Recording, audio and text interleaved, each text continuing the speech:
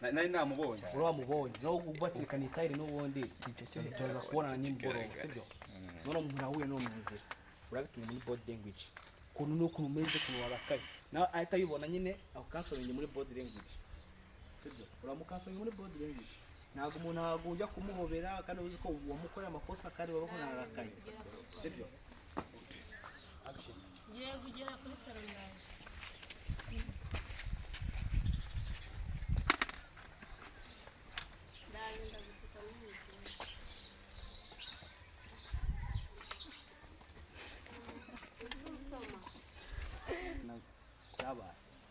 action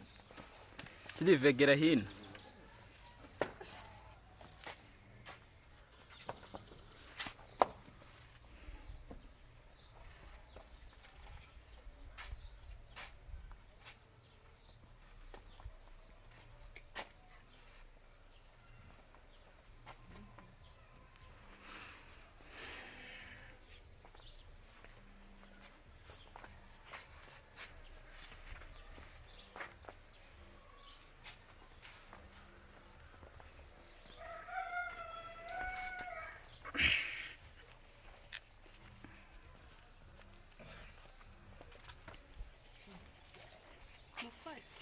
Muko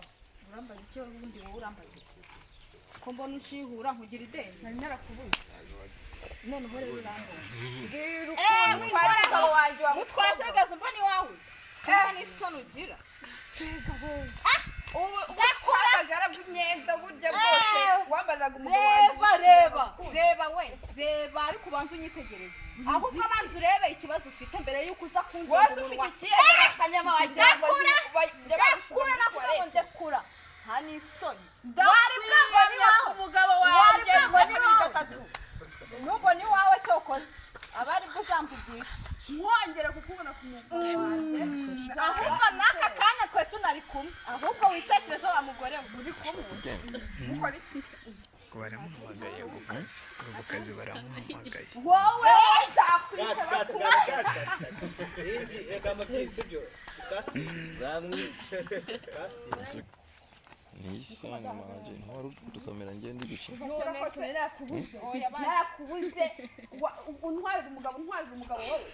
ariko uvugitirebe hano nsubiza ndeba nusuratekereza njye mfite ubwoba uwe mugabo yabujyana twaje yitwa gute